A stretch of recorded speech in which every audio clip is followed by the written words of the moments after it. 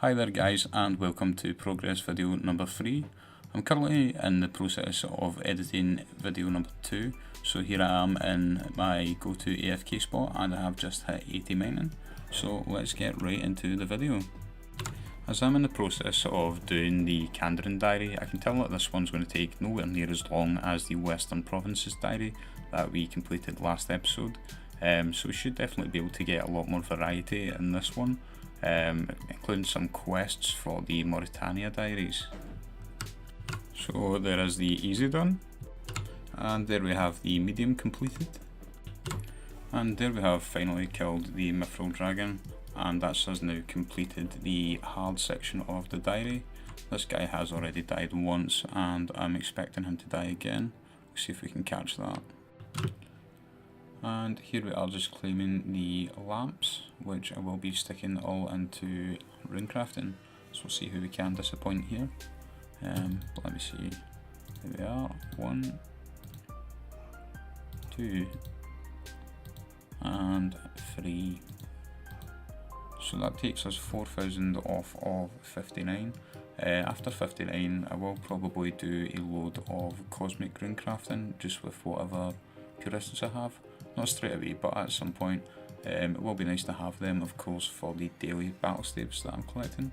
Let's just see, at the moment I currently have 476, so the bulk of my cash essentially lies in those. I know this isn't much, but it is just a quick daily. You can do this and it will save me from stringing bowstrings, essentially for the future for ALKs when I'm going for 85 agility. I guess those will be nice. So at the moment I'm about to just leave for work, so I think when I do return I will most likely get a mining level from using mobile before continuing with the following clips. So I am now back from work and I did manage to get a good amount of mining done, approximately 320,000 experience. I have unlocked the big sack and the coal bag, and of course upstairs. So just now I will go ahead and unlock this simply for the diary. So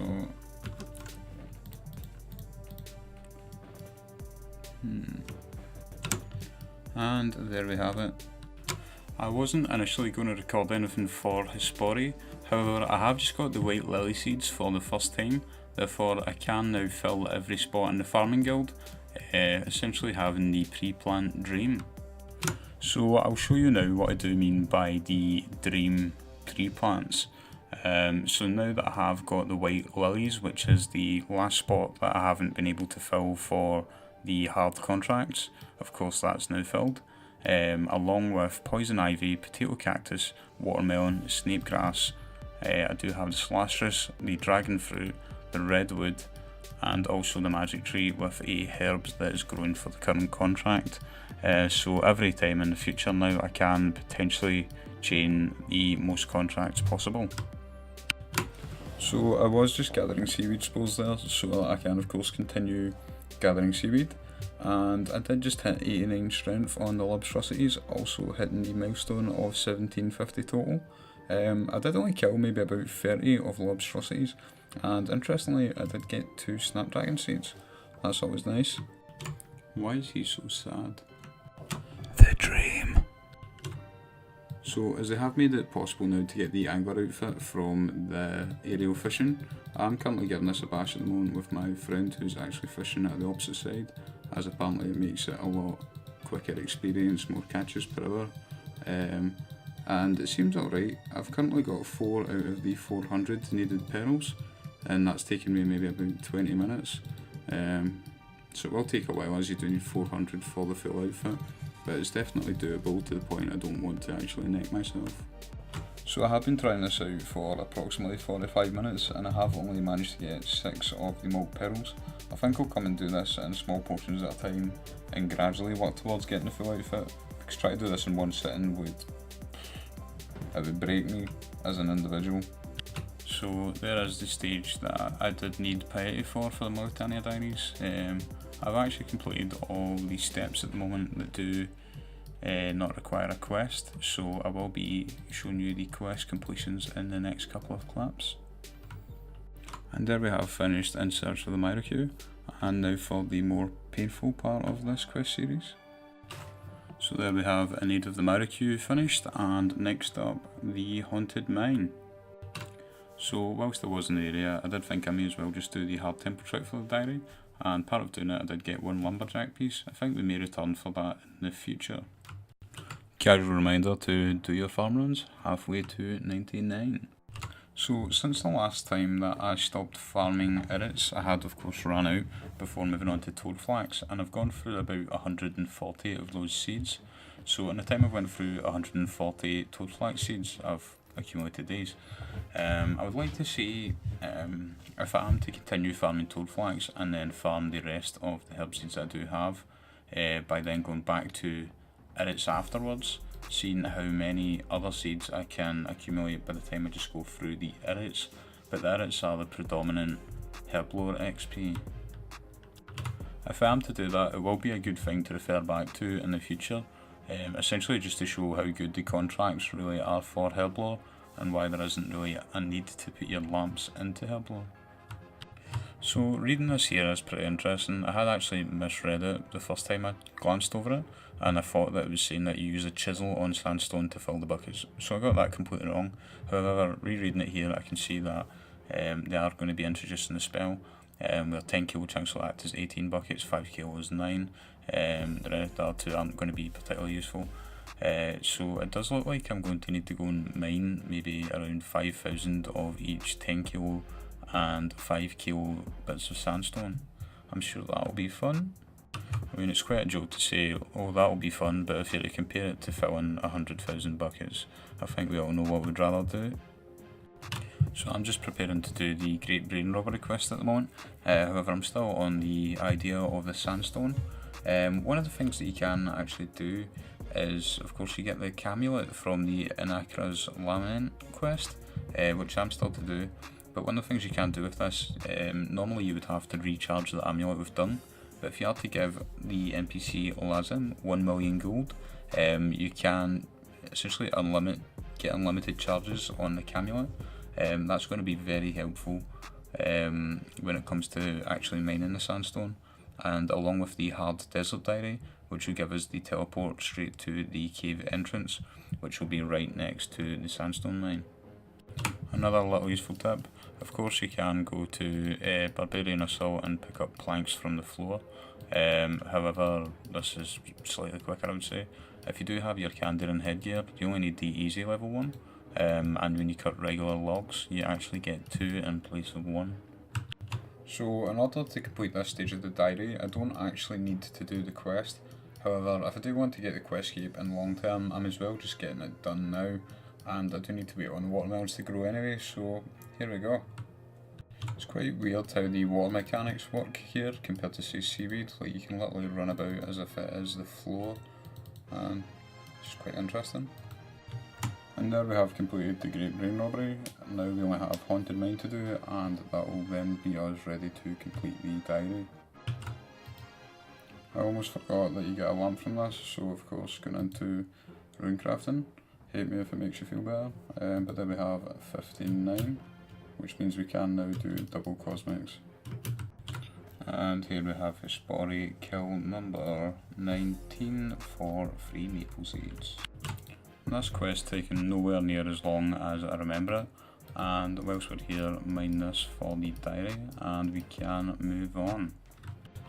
And there's all the hard tasks done. I do just now need to go into Tarn's and a very fun game of Trouble Brewing. I must say the music during this scene is pretty intense. I just need to kill this big guy and we're golden. End game content. Engaging content. I think that's the busiest I've ever actually seen Trouble Brewing.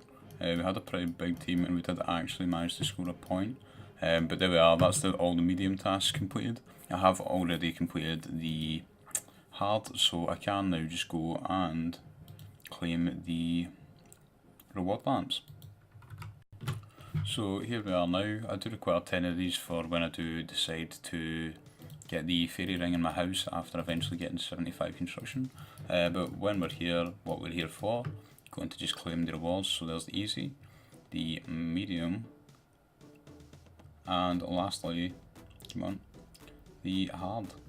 So we'll be putting these into runecrafting again as usual, and I do believe that will put us up to 60, so let's see. So there we go, and 60 runecrafting, and also base 60s on the account, so that's pretty nice. So now that I have completed the Mauritania Hard Diaries, I'm sitting here thinking what one is going to be best to work towards next, and I'm thinking that I will be best going for the desert one, as I would like to get a shit ton of buckets of sand respectively soon and work on that crafting goal.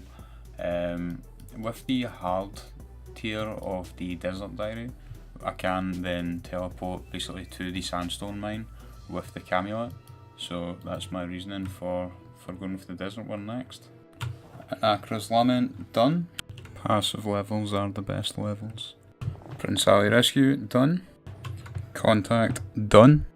I cannot believe it, I'm literally doing the move the sarcophagus and open the chest just for the easy diary, and I managed to get a scepter. That is absolutely insane.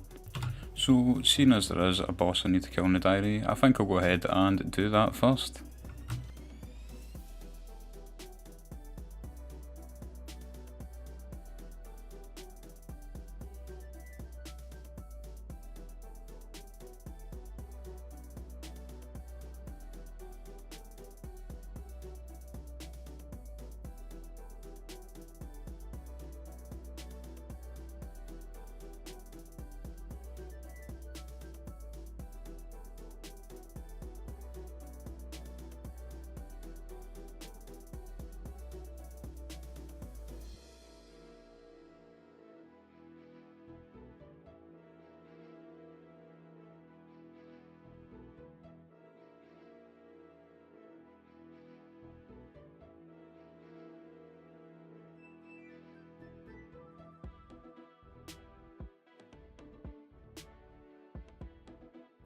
So one of my roadblock kind of achievement diaries at the moment is of course to cast Bones to Peaches in Al Kharid Palace, so I do need to go and bang out Mage Arena, also needing to craft Cosmics. So I do have this here, which is basically telling me all of the runes that are required for these specific items, and I would like to go and get at least Infinity Boots and Bones to Peaches at the moment. So I will also need to buy other runes, however I don't have the cash for that. So if I'm to make enough Cosmics, I can then look at making orbs for my battle staves, and then following that up by alcheming them and buying the necessary runes for both Bones to Peaches and the Infinity Boots. And there we have just hit 61 rune crafting.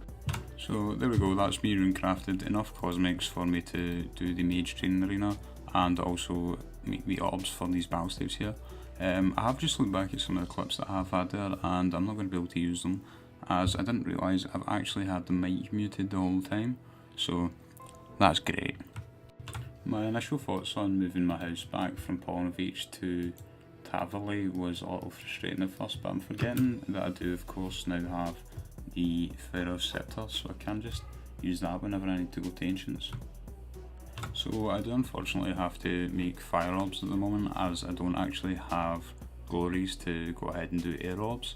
However, I'm perfectly fine with doing this. Those will of course come after I do use the seaweed. However, I do need cash to actually get the unlimited teleports with the Camulet before I can start mining sandstone for what I will believe maybe next week or the following week's update, where I can start using the sandstone spell for the buckets of sand, and then finally get around to actually doing the crafting grind. And one of the great things about doing these, the passive mage XP, that's me just hitting 79 magic. So there we have finished off the orbs. Always catch your roaming endpoints. Oh, there we go, we got one. And we get a pile of shite. And there we have the 6th number once again. So this was one of the many benefits of finishing the Kandarin Hard Diaries, finishing off an agility lap and simply teleporting back to the beginning of the course. This will speed up the XP per hour by a great deal. So I just had a thought that I'd best move my compost bucket in case I somehow accidentally go to use the Camelot teleport and end up somehow alking the bucket. I don't want to test it to see if it's worth the value or not, but just in case. So now that I do have the cash stack, I'm thinking about how I'm going to be looking at spending it. And one of the things I do of course need to do is get the runes for the Mage Training Arena to finish up the Lumberjack's Diary, along with putting 1 million towards the Camelot for mining sandstone, and I would really like the remainder to go towards 75 construction, as my quickest teleport method to the fairy rings is still with the Ardoin Cloak, and of course from 75 construction I can boost to 80 for a fairy ring in a house, and that will help for a whole range of different things, including fishing Karambwans and just general fairy ring access. So I think that's what I'm going to be looking at after wrapping up the diaries. So there we are at the end of this lap, should be 75 agility. So there we go, brilliant. And now I can go and get the runes for Mage Training Arena. So here I am talking to you from the future. I wasn't aware of how many clips I actually have recorded, but I do have just about another full episode at the moment. But looking over the episode, we were speaking a lot about the Camelot and Sandstone update, which is no longer really going to be going into the game. They're talking about doing an alternative method from the spell, so I'm sure we will get on that when it does get released. Looking at the next episode, we can look forward to doing things like Mage Training Arena, more diaries, and yeah, that's about it really. I'd like to thank anyone who has watched the video up to this point, and if you could, I kindly do ask that you can give the video a like, comment and subscribe. For the first time I have actually tried putting audio as like background music for the video, so if you could give me comments on feedback on that, how it sounds, that would also be really appreciated. So thanks again guys, take care.